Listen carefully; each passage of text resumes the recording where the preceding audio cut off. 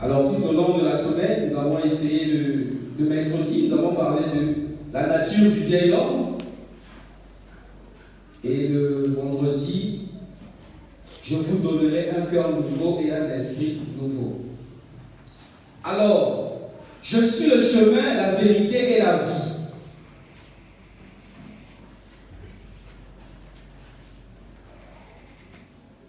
Le chemin. Ce matin, chacun d'entre nous, nous habitons différents quartiers, différents arrondissements. Alors pour que tu viennes ici, tu as dû emprunter un chemin qui t'a conduit vers une destination. Le chemin emmène vers une destination. J'ai quitté le quartier Saint-Denis où j'habite. Alors j'ai dû emprunter une route pour venir vers ici. Celui qui a quitté Mungali a dû emprunter une route qui l'a conduit vers ici. Alors, le chemin conduit vers une destination. La destination. Le chemin. Donc, pour arriver à la destination, vous devrez passer par le chemin. Mais le chemin, on peut emprunter un chemin, mais on est en train de s'égarer. Je veux aller à Combo et je suis à Mukondo. Je prends le bus. Alors, le chauffeur de bus prend le chemin qui descend vers Mungali. C'est un chemin, mais ce n'est pas la destination. Moi, je vais à Combo. J'emprunte un bus, mais le chauffeur prend un chemin, mais ce n'est pas la destination. Il revient à dire qu'on peut être sur le chemin, mais ce n'est pas la destination. Alors, pour aller au ciel, il y a également un chemin. Pour aller également en enfer, on emprunte un chemin. Il y a une destination, il y a un chemin. Alors, qu'est-ce qui se passe? Frère Branham nous parle de frère Tony Isabelle. Le frère Tony Isabelle était diacre au Branham Tabernacle. Il a fait un songe qui a émerveillé frère Branham. Et frère Branham en parle. Il a donné ce témoignage à l'église. Tony Isabelle cherchait le chemin pour aller au ciel. Il s'est interrogé. Alors, Tony Isabelle, après avoir fait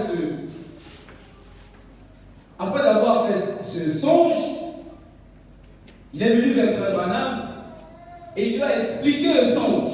Frère Branham a dit: oh, que c'est merveilleux, que Dieu te bénisse.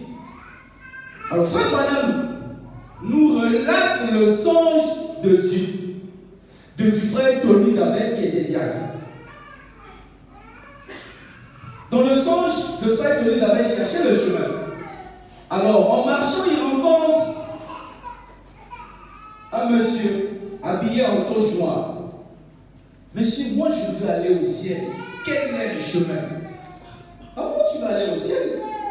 Ah ben, il faut prendre ce chemin-là, il lui explique. Lui aussi, il emprunte le chemin. On a dit que pour aller vers une destination, il faut emprunter un chemin. Alors le frère Tony Isabelle poursuit le chemin qu'on lui a indiqué. Il avance, il arrive quelque part et il rencontre des prédicateurs. Comme on l'a dit, c'était mes meilleurs amis, ces prédicateurs dont Tony Isabelle avait vu dans le songe. Chers prédicateurs, chers pasteurs, oui monsieur, que voulez-vous? Moi je veux aller au ciel. Quel est le chemin? Toi tu vas aller au ciel? Oui, moi je vais aller au ciel. Quel est le chemin? Tu vois le monsieur qui est là-bas habillé en bleu de travail, au sommet, va, prends ce chemin, et tu vas rencontrer ce monsieur, pose-lui la question. Certainement, il te donnera une réponse. Certainement. Ah bon? Oui. Alors, le frère Tony Isabelle, à la recherche du chemin, cette soif était en lui, il voulait aller au ciel. Tel est le cas pour tous ceux qui confessent être chrétiens. Le désir, c'est d'aller au ciel. Je ne pense pas qu'un chrétien dise, se confessant chrétien, et désire aller en enfer. Ça marche pas. Tout chrétien veut aller au ciel. Mais il y a un chemin qui conduit vers le ciel. Quel est ce chemin? Le frère d'Elisabeth, c'est une soif dans son cœur. Voulons aller au ciel. Alors il arrive vers ce bouton qu'on lui a indiqué, habillé en bleu de travail. Quand Elisabeth arrive, il regarde, il voit son frère Branham. Oh! Dans le songe, son frère Branham relève le soir et dit, il a dit que c'était moi. Alors, William Branham, je veux aller au ciel. Quel est le chemin? William Branham dit, je vais lire cette partie, vu que c'était un peu long, il fallait que je fasse un peu ce commentaire. C'est dans l'état présent de mon ministère. Je voulais que cette partie, que nous puissions entendre réellement qu'est-ce que Frère Branham lui-même a dit. Amen. Comme c'était un peu long, j'avais oublié d'imprimer ça, j'ai dû l'écrire. Donc j'ai dû supprimer cette partie. Dans l'état présent de mon ministère, prêché le 8 septembre 62, au paragraphe 84. Ça commence à partir du paragraphe 80, mais je prends juste le paragraphe 84. Il dit que je lui dis, viens ici Tony, regarde là en bas. Tu vois ces empreintes de pieds nus, avec du sang dedans. Donc là, le frère d'Elisabeth est déjà devant Frère Branham. Frère Branham l'a pris, il l'a conduit vers quelque part. Parce que lui cherchait le chemin. Or, remarquez, les deux personnes qu'il a rencontrées lui ont indiqué une personne à rencontrer pour qu'il continue son chemin. Il arrive vers William Branham. William Branham dit, je dis, c'est ce que j'ai suivi tout au long. Tiens-toi à cela.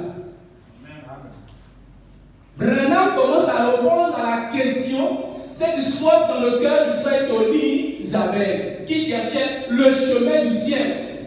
Tel est le cas pour tout chrétien qui désire aller au ciel. Mais il faut un chemin. On ne va pas au ciel au hasard. On passe par un chemin. Mais quel est ce chemin? Frère Branham me dit, c'est la seule chose que je sache indiquer aux gens. Ah, pasteur, le peuple veut aller au ciel. Quel est le chemin? Frère Branham dit, c'est la seule chose que je sache indiquer aux gens. Les empreintes ensanglantées de qui? C'est la seule chose que je sache indiquer aux gens.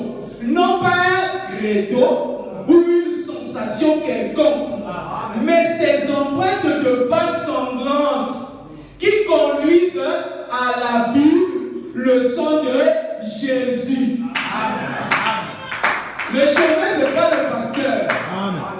Le chemin, ce n'est pas l'église. Amen. Mais le chemin, c'est la Bible, la parole de Dieu, le sang de Jésus-Christ. Donc, Frère Branham a répondu à la question. Parce que Tony Isabelle arrivait devant Frère Branham, se disait certainement que Frère Branham, lui, allait le conduire. Il arrive, puisqu'il marchait avec Frère Branham. À un moment donné, Frère Branham s'arrête. Frère Branham dit, c'était un grand désert, ils sont arrivés quelque part. Il dit, Tony Isabelle, moi, mon chemin s'arrête ici. Oh, Branham, tu m'as emmené jusqu'ici. Les autres ne m'ont même pas accompagné. Ils m'ont juste dit, va là-bas, va là-bas, va là-bas. Mais toi, au moins, tu m'as tenu, on a marché. Mais tu me laisses ici, tu me demandes d'aller. Madame me dit, regarde, qu'est-ce que tu vois? Les pas sanglantes de Jésus. Il dit, oui, c'est ce chemin-là que moi j'ai suivi. Et la seule chose que je sache indiquer aux gens, c'est ce chemin-là. Jésus-Christ. Peuple de Dieu, regardez où votre pasteur vous emmène. Est-ce que c'est le chemin? Est-ce que c'est le chemin conditionné pour aller au ciel? Alors si tu as un problème, le pasteur va te dire non, il faut aller consulter. Il faut aller voir les féticheurs. Ce n'est pas le chemin, c'est un chemin. Mais qui ne conduit pas au ciel. Mais tu es sur le chemin qui emmène en enfer. Voilà. La seule condition pour aller au ciel, on passe par le chemin qui est Jésus-Christ. Le seul chemin qu'on peut emprunter pour aller au ciel, c'est le Seigneur Jésus-Christ. La Bible, la parole de Dieu. Alors vous devez examiner où est-ce que notre pasteur nous emmène. Est-ce qu'il nous emmène vers lui? Est-ce qu'il nous emmène vers l'église? Est-ce qu'il nous emmène vers les credos? Est-ce qu'il nous emmène vers les dogmes? Ou il nous présente la personne de Jésus-Christ? Madame dit, c'est la seule chose que je sache faire. Indiquer aux gens. Tu cherches le chemin, mais c'est Jésus-Christ qui a le chemin. Et Jean 14 dit, je suis le chemin. Je suis la vérité. Je suis la vie. Alors, le je suis là, ça veut dire quoi? Quelle est la présence du mot je suis ici? Frère Branham va nous donner la réponse. Je n'ai aucun message à vous donner. Quelle que soit la puissance qui peut se manifester en moi, quel que soit le temps que je peux porter en moi, ou les vertus que Dieu peut me donner, ça ne fait pas de moi quelqu'un qui a un message à vous donner. Amen. Je ne prends que ce que William Branham a dit et on fait de quelques commentaires. Pourquoi? Parce que Branham a dit, si vous mettez dans les mêmes conditions que ceux d'autrefois, Dieu est là pour confirmer sa parole. Qu'est-ce que William Branham a dit? J'ai prêché comme un Paul. Je me suis attaché à la Bible. Branham ne fait pas dépasser de ça. Voilà. Donc, la définition de Jésus, ce n'est pas le frère de la sœur qui a donné. C'est dans H de l'église de Philadelphie. Prêché le 10 décembre 60. L'âge de l'église de Philadelphie, le paragraphe 163. On va lire, après on va noter. Comment cela se fait-il? Comment quelqu'un peut-il savoir qu'il est le Christ avant qu'il le soit? Avant qu'il se soit lui-même révélé à cette personne? Vous voyez? Il se révèle, il a la clé, il peut ouvrir cela ou le laisser. Vous voyez? J'ai la clé de la porte, je suis la porte, je suis le chemin, je suis la vérité, je suis la lumière. Oh, je suis l'alpha, je suis l'oméga, je suis le premier et le dernier, je suis le Père, je suis le Fils, je suis le Saint-Esprit, je suis, non pas j'étais ou je serai, je suis celui qui suit. C'est propre de suspension, le tout. Je suis, non pas j'étais ou je serai. Je suis, on arrive là. Je suis. Cela signifie la présence vivante pour l'éternité. Le pasteur n'est pas la présence vivante pour l'éternité. L'église n'est pas la présence vivante pour l'éternité. Le ciel et la terre passeront, mais la parole de Dieu ne passera point. Alors, frère, voilà, nous explique le je suis là, c'est quoi? Le je suis. Il dit la présence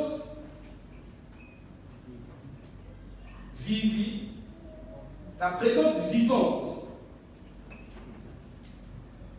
pour l'éternité.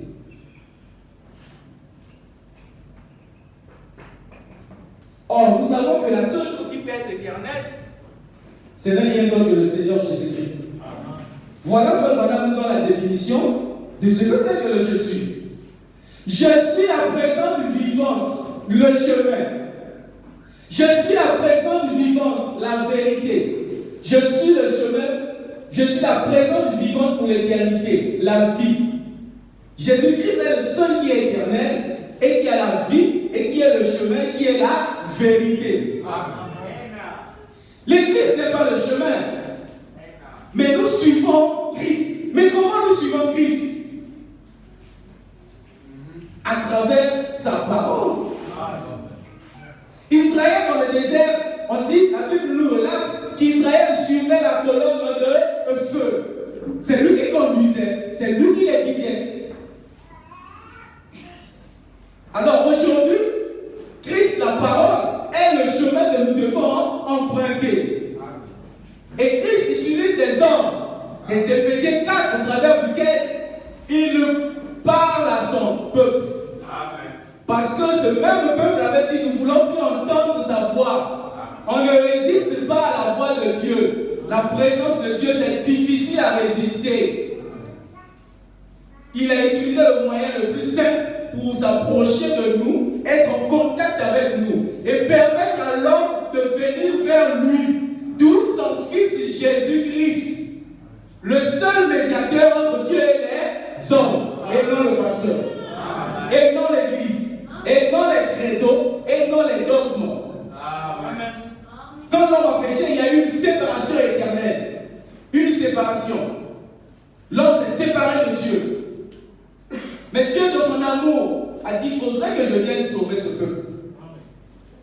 Dans Luc 4, la Bible dit, Jésus, rempli du Saint-Esprit, fut conduit dans le désert pour être tenté par le diable. Le diable arrive. Je sais que toi, tu es, bon, on sait que tu es le Fils de Dieu, mais est-ce qu'on ne peut pas négocier? Alors le diable montre le monde, il dit, tu vois tout ce monde-là, regarde, ils sont dans l'alcoolisme, ils sont dans l'homosexualité, ils sont dans tous les désordres possibles. Mais comment toi, un Dieu saint comme toi, tu peux descendre pour ces personnes-là? Mais comment? Écoute, on fait un arrangement. Tu m'adores, et moi je te donne ce monde-là. Le diable est venu tenter Jésus. Jésus dit non. Oui, toi tu le vois en tant que pécheur. Toi tu le vois en tant que soulard. Toi tu le vois en tant que prostituée.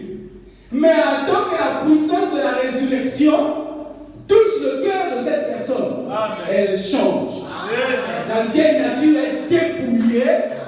Il révèle le cœur nouveau.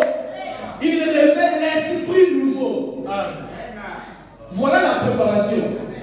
Dieu savait cela. Et le diable est venu le tenter. Donc, ne minimisez pas. Prenez cela au sérieux. Il y a un chemin qui mène au ciel. Un seul chemin. Ce n'est pas l'église. Alors, vous devez vérifier dans votre église où est-ce que le pasteur vous conduit. Examinez. Ayez toujours l'attitude des chrétiens libérés, fidèles à l'enseignement du messager. Ils se sont détournés ni à gauche ni à droite. Sois-en fidèle. Tu réussiras. C'est alors que tu sauras qui est faux. Parce qu'aujourd'hui, les gens ont présenté leur chemin à eux, à leur manière. Et lui, il se fait le chemin. Non, c'est moi, le pasteur est l'ange de l'église. Amen, c'est frère mon ami, il a dit. Mais lisez la suite. Il doit rester dans la parole aussi longtemps. On influence les gens. Le pasteur se fait important. Sans lui, vous pouvez parler au ciel. Vous avez peur. Et il vous présente l'image comme si le parler au ciel, c'est compliqué, c'est dur. Moi, je suis adopté, j'ai déjà le Saint-Esprit. Et il fait la différence, il donne l'impression qu'il y a un Saint-Esprit spécial pour le pasteur. Donc, votre Saint-Esprit là, c'est minimisé. Tout ce qui est en Dieu, déversé en Jésus-Christ. Tout ce qui est en Jésus-Christ, déversé en l'épouse. Les mêmes choses que je fais, vous en ferez aussi. De plus grande. A dit Jésus. N'ayez pas peur du pasteur. On le respecte en tant que serviteur de Dieu. Pas le craindre. On craint Dieu.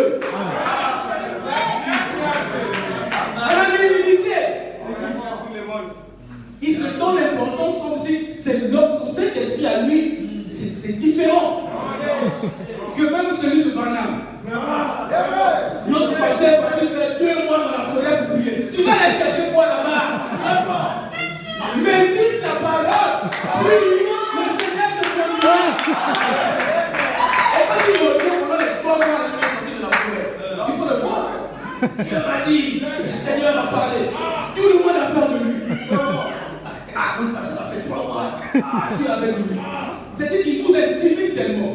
Alors que c'est plus simple que ça. Amen. Ne vous minimisez pas. Tu as le Saint-Esprit en toi. Tu simplement, c'est la reste de la présence de Dieu. Comme le bâton d'Aaron, ça a fleuri. Comment expliquer cela? Un bâton a-t-il la foi de croire en Dieu? Non. Mais la présence de Dieu change la situation. Mais si vous pas ce chemin que c'est aventure que vous raconte. Frère de la sauce, nous sommes pris. Mais il faut se la moiner l'autre pour aller dans vos bandits. Une protection. Quelle protection? C'est un chemin, mais ça ne conduira pas au ciel. Vous avez vu un magicien mourir, puis le Seigneur dit, ah, Masaki, sinon, qui m'a cassé ça, qui veut l'aimer. Il vous embrouille. Et vous vous attachez à ça. C'est un chemin que tu as emprunté, mais ce n'est pas le véritable chemin. Si tu es dans ces choses, tu n'arrives pas à t'en débarrasser, pas voir le pasteur, on va t'aider. On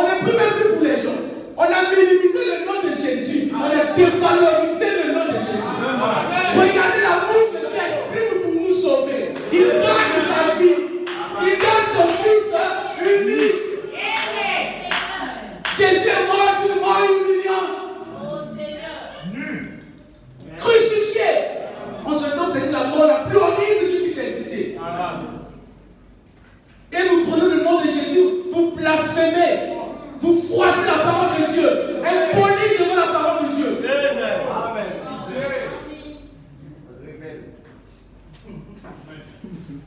Jésus est vivant. Les gens sont malades, mais qui ira prier pour eux? Le pasteur pour le voir, c'est tout un protocole. Mais tu mets les gens vers où? Le peuple meurt. Présente-leur Jésus qui est la vie. Donne-leur, présente-leur Jésus qui est le chemin. Dans la présence de Dieu, il sera guéri. Mais c'est à cause de ça que les gens commencent à les consulter. Parce que la prière n'a plus de valeur. On a minimisé la prière. Jésus, même dans sa chair, il priait. C'est un modèle. L'un des fruits était un démon. N'a pas l'esprit d'un démon. Jésus vous montrait la forme dangereuse du diable. Quand il devient religieux, il se fait appeler frère du message.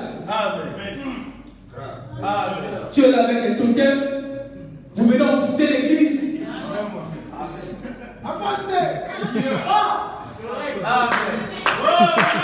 Mais sachez que chaque chose a son temps. Dieu est patient. Très patient. C'est juste. On a trop maltraité le peuple de Dieu. Les gens veulent aller au ciel. Et vous blaguez avec ce peuple. Tout récemment, un peu longtemps, je causais avec un bien-aimé qui s'était nouvellement marié. Quelques jours après, quelques semaines, j'étais parti les visiter pour connaître là où ils habitaient. Alors, lui aussi c'est un prédicateur. Je lui disais, est-ce que tu sortais et tu disais au voisin, moi je vais acheter le pain de l'autre côté. Et j'aimerais que tu surveilles ma femme. Et à ton retour, tu arrives, tu trouves ta femme assise sur les jambes de ce monsieur, le bras qui entoure son cou, et ils sont en train de... Il dit, comment ça te fera? Il dit, frère de la soeur, laisse, tiens, je ne peux jamais accepter ça. Mais tout ce que j'ai payé, les temps, comment on va torturer, toute une liste. Non, mais là, on est là. Et puis ce monsieur qui est gaillardement sont fournis auprès de soi. Maman, si maman, c'est là. Jamais. Je lui dis, mais pourquoi vous n'avez pas la même réaction devant ce peuple de Dieu qui est son épouse? Pourquoi vous n'avez pas ce poids en vous de leur donner la véritable nourriture, de leur donner le véritable chemin Jésus-Christ?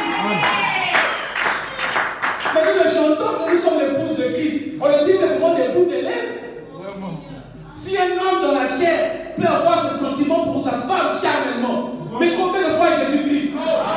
Et tu montes sur l'oreiller matin, tu marches 4 de pieds, tu rentres dans la maison d'un charlatan, tu t'assois, tu exposes ton problème pour qu'il te donne la solution. Qu'est-ce qui se passe? Où est le Saint-Esprit? Mais c'est parce que ceux qui sont montés à la chair, aventuriers, non convertis, il n'a même pas l'esprit nouveau. Quand on a l'esprit nouveau, ça t'empêche de faire certaines choses. Je vois plus. Oh non, ce que tu faisais, c'est pas bien. Tu renonces, tu as un remords après avoir posé l'acte. Ça au moins c'est bien. Mais eux, ils n'ont même pas l'esprit nouveau. Donc ce vieil homme-là, il monte à la chair. Amen. Au lieu aussi d'être sérieux, puisque c'est ce qu'on a enseigné chez le frère. Le seul don qu'on enseigne dans le message, prédication, prédicateur. Frère de la soeur, tu es contre les prédicateurs? Non. Mais je veux ces prédicateurs, comme Jésus a dit à Pierre, quand tu seras converti. Amen. Amen. Amen. C'est ça le problème. Soyons quand même sérieux. C'est la parole de Dieu. Un homme dans la chair a de la jalousie pour sa femme. Quand un autre homme convoite cette femme-là. Bon, maintenant Jésus. Nous sommes son épouse. On le chante haut et fort. Mais est-ce que nous vivons comme une épouse doit vivre envers son mari? Sommes-nous soumises? Nous forçons la parole de Dieu. On demande des citation là.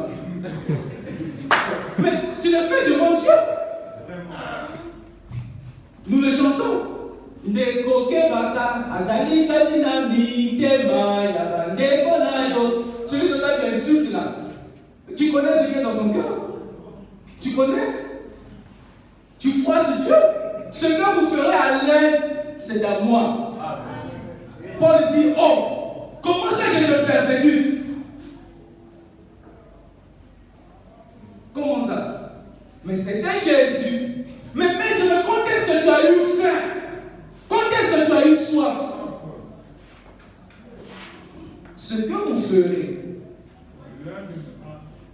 Amen. Jésus est le chemin, pas l'église. Frère Branham dit, dans la voie de Dieu qui a été frayée pour nous, prêché en 52, paragraphe 186.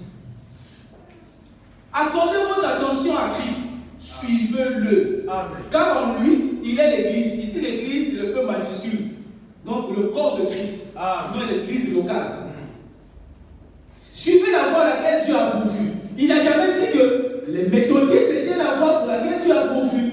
Il n'a jamais dit que c'était les baptistes, ni aucune autre église. Il a dit, je suis le chemin, la vérité et la vie. L'église n'est pas le chemin.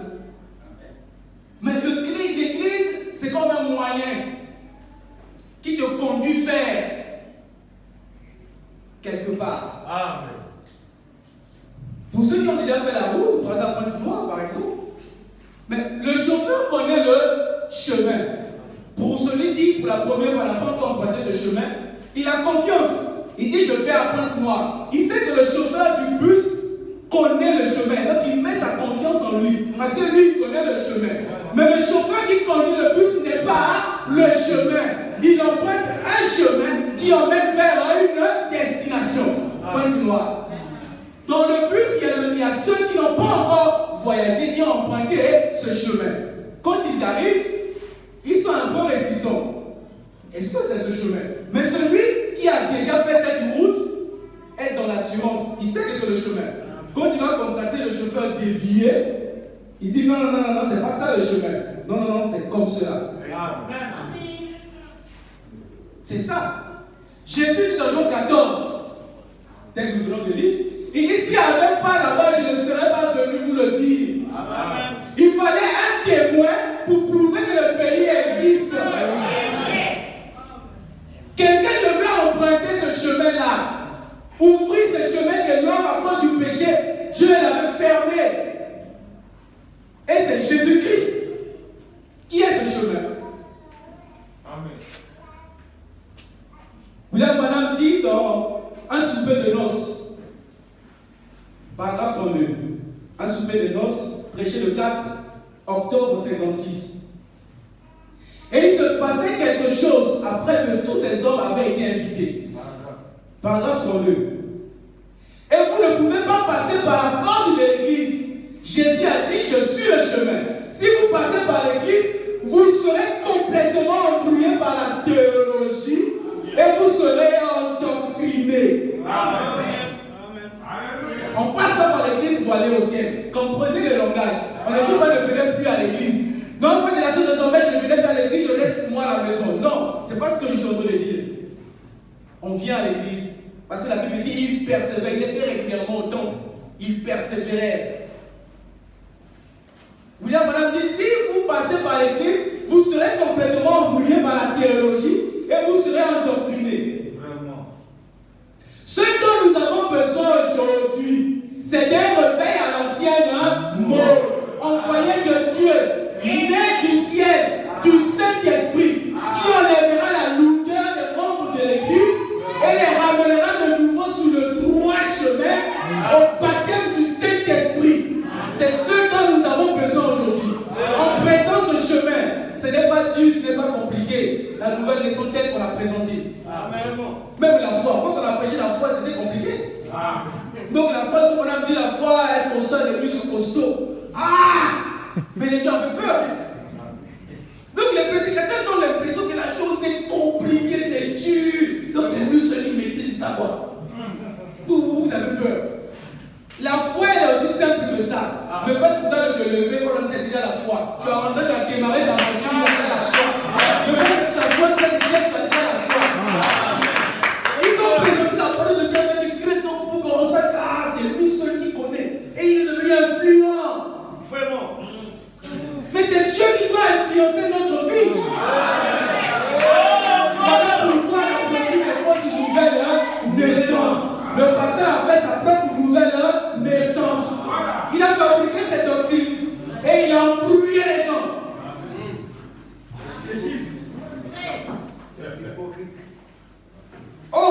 porte. Une porte, quelle est la porte pour entrer au ciel? Jean 10. Jean 10, premier verset. En vérité, je vous le dis, celui qui n'entre pas par la porte dans la bergerie, mais qui monte par ailleurs, est un voleur et un brigand. A dit Jésus. Jean 10, 1. On descend à Jean 10, 7. Jésus leur dit encore, en vérité, je vous le dis, en vérité, je vous le dis, je suis la porte des brebis. Tous ceux qui sont venus avant moi sont des voleurs et des brigands. Mais les brebis ne les ont point écoutés. Verset 9, je suis la porte. Si quelqu'un entre par moi, il sera sauvé. Il entrera et il sortira et il trouvera des pâturages. Tu veux te sauver ce matin? Entre par Jésus. Accepte Jésus. C'est ton époux.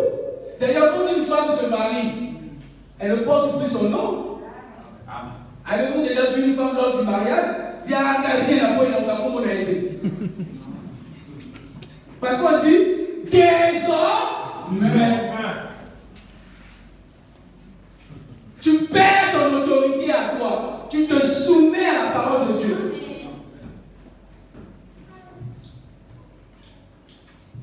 La maternité, les vertus de la femme. Maternité, la féminité.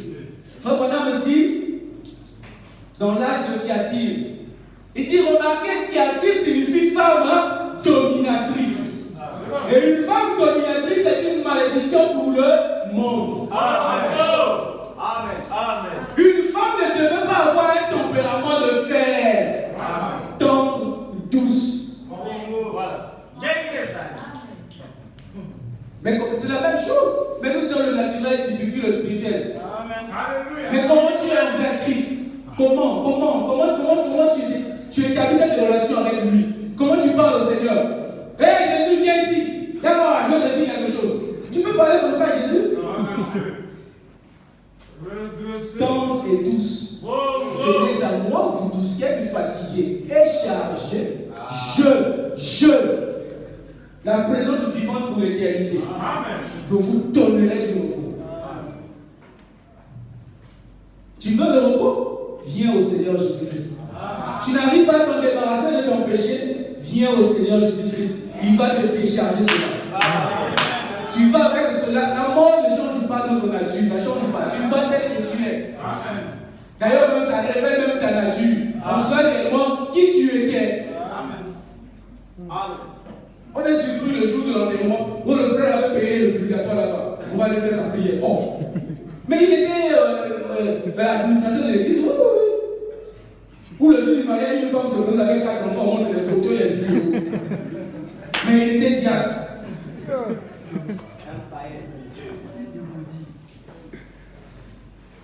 Alors, nous avançons. Frère Branham dit donc, à qui irions-nous? À qui irions-nous? Du 4 juin 1960. À qui irons-nous? 4 juin 60, paragraphe 12. Frère Branham dit, pourquoi? Qu'est-ce que Jésus avait de différent? Pourquoi devait-il être une personne unique en son genre? La première chose, Jésus dit, je suis le chemin. Eh bien, il n'y a qu'un seul ciel. Il n'y a qu'un seul Dieu. Et un seul chemin pour y arriver. Il y a beaucoup de chemins. Il y a plutôt un seul chemin pour y arriver. Et Jésus a dit, je suis ce chemin. Eh bien, nous essayons de fabriquer d'autres chemins. Nous essayons de dire qu'il y a d'autres chemins. Nous avons le chemin du credo et nous essayons de le suivre. Beaucoup parmi nous dans les églises, nous avons certains credos que nous observons. Cela peut être très bien comme couverture de feuilles de figuier. Mais si vous voulez aller au ciel, vous devez venir par Jésus. Car il est le chemin. On ne peut aller au ciel par aucun autre chemin que par Jésus. Les hommes ont fabriqué leur propre chemin. Frère Branham dit non, tu veux aller au ciel, tu dois passer par Jésus. Et c'est Jésus même qui te purifie. C'est Jésus même qui te sanctifie. C'est Jésus même qui te baptise du Saint-Esprit. Il te dépouille de la nature du vieil homme. C'est lui-même qui le fait. Il te donne le cœur nouveau. C'est lui-même qui le fait. Il te donne l'esprit nouveau. C'est lui-même qui le fait. Et il déverse le Saint-Esprit en toi.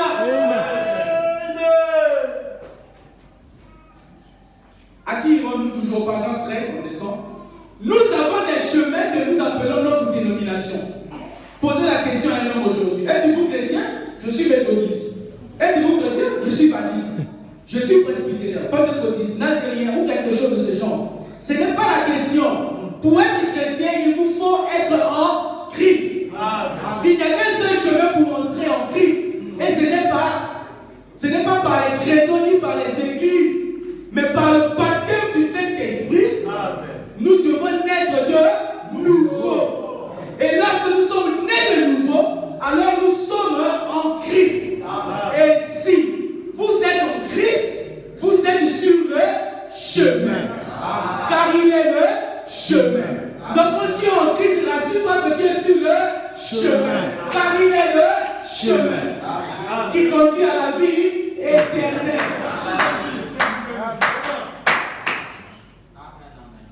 Le chemin, la nouvelle naissance, le baptême du Saint-Esprit. Donc nous devons naître de nouveau. Et Jésus-Christ est ce seul chemin. Donc quand tu es en Christ, tu es rassuré que tu es sur le chemin. Car c'est lui le chemin. Lui il connaît, non seulement il connaît le chemin, il est aussi le chemin. Amen. La nouvelle naissance obligatoire. La vérité. Je suis cette présence vivante pour l'éternité. Je suis la vérité. Qu'est-ce que Madame dit? Ayez foi en Dieu. Prêché en septembre 54, paragraphe 9. Et j'ai des regrets pour ce peuple américain. On leur a enseigné tant de théologie. L'un dira, oh, eh bien, c'est ceci. Et l'autre, c'est cela. Et on vous a tellement inculpé des choses que vous avez à peine, vous savez à peine ce qu'il faut croire. On a tellement donné des enseignements, on a endoctriné les gens par les théologies. Aujourd'hui, les gens ne savent plus sur qu'est-ce que croire, sur quoi reposer sa foi. Parce qu'on a embrouillé les gens. On ne sait plus qu'est-ce que la vérité, qu'est-ce que le mensonge. On a tout mélangé. Comme on dit, j'ai du regret. Vraiment. Amen. Frère, écoutez, ainsi que ma soeur, écoutez ce soir. Jésus-Christ est toujours la vérité. Amen. Toi qui cherches la vérité, ne va pas ailleurs. Jésus-Christ est toujours la vérité. C'est une présence vivante pour l'éternité. Sa manifestation, sa résurrection et sa puissance ont toujours été les mêmes. Amen. Et c'est cela la vérité. Amen. C'est ce que Jésus a dit. Je suis la vérité, le chemin est la vérité, la vie. C'est-à-dire que Jésus-Christ est ressuscité. Amen. Se manifeste par la puissance de sa parole, confirmant ce qu'il a dit. Cela dissipe tout doute. Aujourd'hui, on ne sait plus qu'est-ce qu'est la vérité, qu'est-ce que le mensonge. On a endoctriné les gens, on a embrouillé les gens. Ça crée de la cacophonie. Mais la Bible dit qu'il arrivera un temps où les hommes auront faim et soif. Amen. Pas de manger le boucan ou le bouillon, mais de la parole de Dieu. Amen. Pas soif de boire de l'eau maillot ou cristal, mais la parole de Dieu. Amen. Les gens sont en train de chercher cela. Le monde attend avec un ardent désir de voir la manifestation des fils et des filles de Dieu. Amen. Mais comment devenir fils et filles de Dieu? Par la nouvelle naissance. Amen. La vérité. Frère Branham dit que le mariage et le divorce, 21 février 65, le matin, paragraphe 79. Par conséquent, comme je le disais dans ma prédication hier soir, il est le lieu où Dieu a mis son nom, le seul lieu d'adoration. Vous n'êtes pas chrétien parce que vous êtes protestant. Tu n'es pas chrétien parce que tu es dans le message. Amen. Tu n'es pas chrétien parce que tu es un Zabulon tabernacle. Amen. Vous n'êtes pas chrétien parce que vous êtes protestant. Vous n'êtes pas chrétien parce que vous êtes catholique. Vous n'êtes pas chrétien parce que vous êtes méthodiste, baptiste ou pentecôtiste. Vous êtes chrétien parce que vous avez été baptisé en Jésus-Christ. Par le Saint-Esprit. Pas par nous. Il y a une seule foi, un seul Seigneur et un seul baptême. Et c'est le baptême du Saint-Esprit. Le baptême dont vous introduit dans la fraternité. Le baptême du Saint-Esprit vous introduit en Christ. Frère Branham dit, voilà la vérité. Donc tu n'es pas chrétien parce que tu es membre de Zabulon. Mais tu es chrétien parce que tu es né de nouveau. Baptisé en Jésus-Christ. Naissez de nouveau. La vérité. On est chrétien parce qu'on est né de nouveau. On est né en Christ.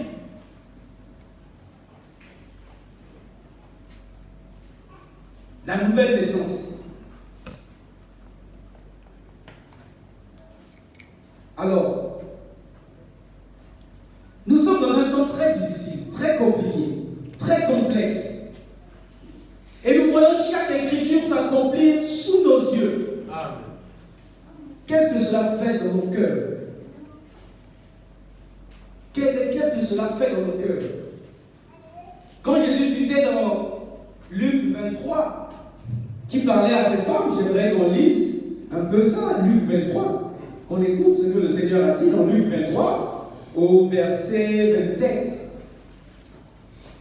Il était suivi d'une grande multitude des gens du peuple et de femmes qui se frappaient la poitrine et se lamentaient sur lui.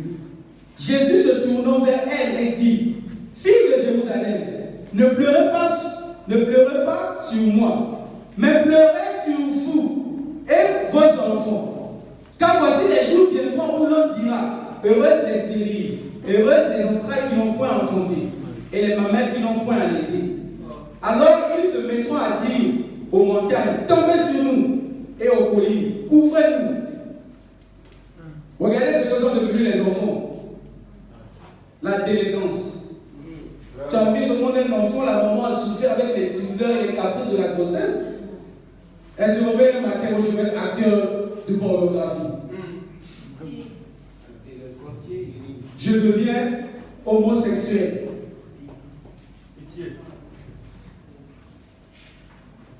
Tout ça pourquoi? Parce que la femme a perdu, les mamans ont perdu cette maternité, cette vertu. De savoir partager avec les enfants, d'échanger avec les enfants et de prier. Quand vous avez même le temps, papa, maman, vous vous rassemblez. Amen. Vous priez. Amen. Amen. Tu appelles les enfants. Amen. Tu les réunis. Prions. Amen. Merci.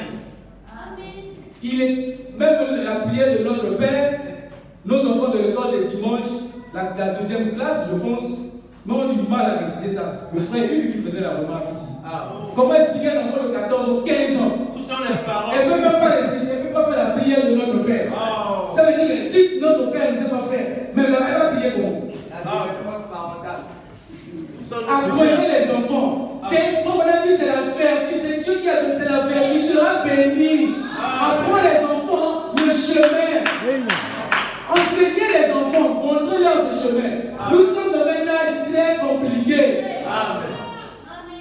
Mais c'est l'enfant qui va te donner les mots. La Bible dit si les mamans ont commencé à crier, non? Les montagnes tombaient sur nous. Tu as déposé l'argent, il vient, il vole. Il doit faire la fête dans le boîte de nuit. Il saute le mur.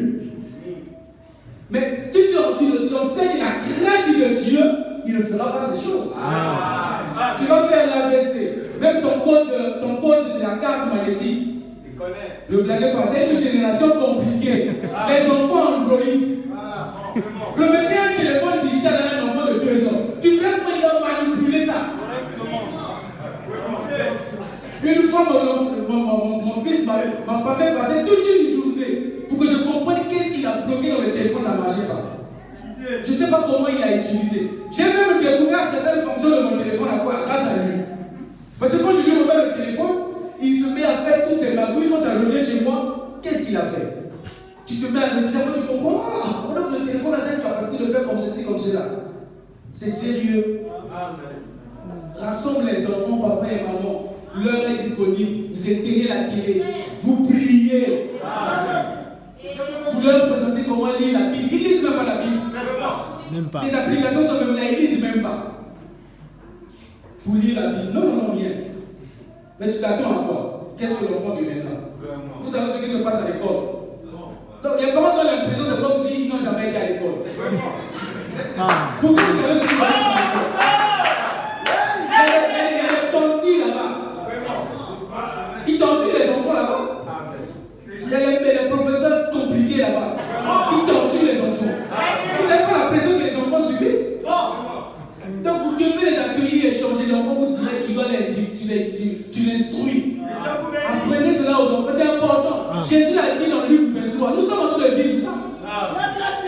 Tu as la maison, tu appelles, on a conduit la voiture en allant. Hé, maman, junior,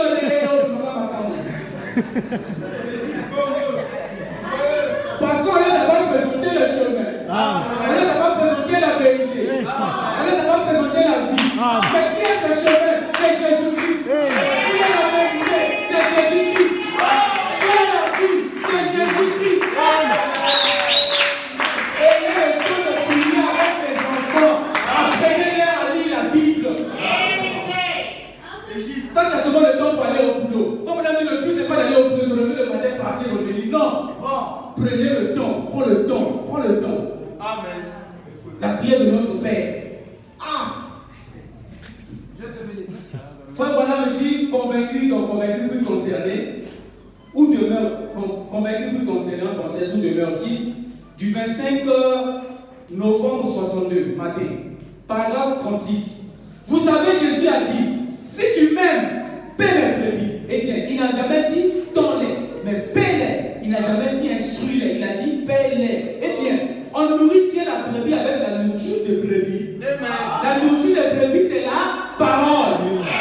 Car l'homme ne vient pas d'une parole seulement, mais de toute parole qui sort de la bouche de Dieu. Pas juste une ici de ce temps à autre, mais de toute parole, ligne sur ligne. Un peu ici, un peu là-bas. Toute la parole de cela. Donne-leur la nourriture de brebis. Et la nourriture qu'elle cherche, c'est la vie. C'est parce que quand on mange dans le naturel, on mange c'est pour conserver la vie. La nourriture naturelle nous donne la vie, nous fait vivre ce corps-là. Il en est de même spirituellement parlant.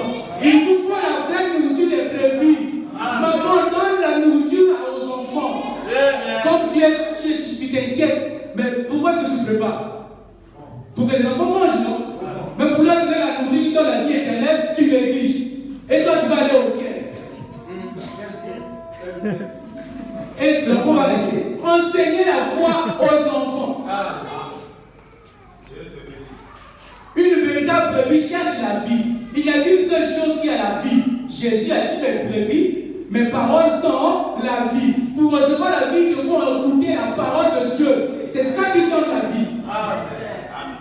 On a besoin de cela. Le temps est en train d'avancer alors qu'on est en train de descendre. Frère Branham dit dans Le sang confus, le sang confus, 18 décembre 1960.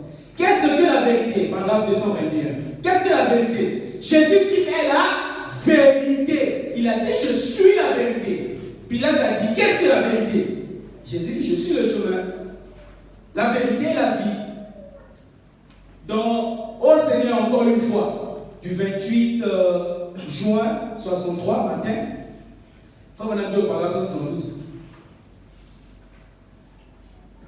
Non, excusez. Dans la tempête approche du 29 février 60. Comme on a dit,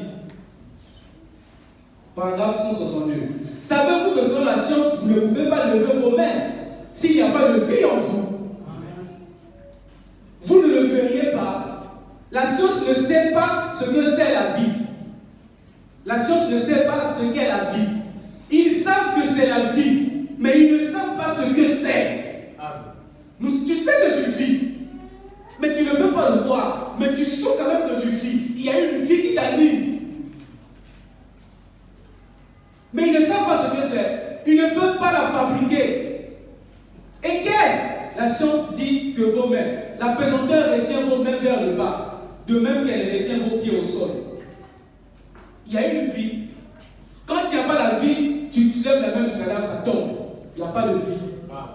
Enfin, madame dit, même si vous prenez mon corps, vous injectez les produits, vous passez tout dessus pour que mon corps puisse vivre au moins pendant 50 ans ou 100 ans. Il dit c'est un cadavre, ça restera un cadavre parce qu'il n'y a pas de vie à l'intérieur. Voilà ce qui se passe dans nos églises. Il n'y a plus de vie parce que la présence de Dieu n'est plus là. Donnez la vie et il y aura de l'agitation. À la maternité, c'est des cris. Donnez-leur la vie. Présentez la vie. Mais c'est quoi la vie? C'est Jésus-Christ qui est la vie. Mais c'est quoi le chemin? C'est Jésus-Christ. Tout chemin conduit à Rome. Mais un seul chemin conduit au ciel. Jésus-Christ. Prenons ce chemin. Où en sommes-nous aujourd'hui? La parole de Dieu n'a plus d'efficacité. Parce que le nom de Jésus est minimisé. On ne valorise plus ça. Les gens sont souffrants, on ne peut même plus prier. On ne prie plus. Et quand un frère te dit non, frère, il faut prier pour moi, toi tu commences à te donner de la valeur comme si tu es plus important. C'est toi qui dis. Bon, on va lire quelque chose comme madame parle de.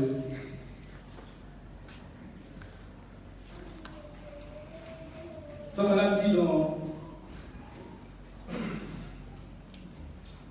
Voilà, frère madame dit dans l'âge de l'église d'Éphèse.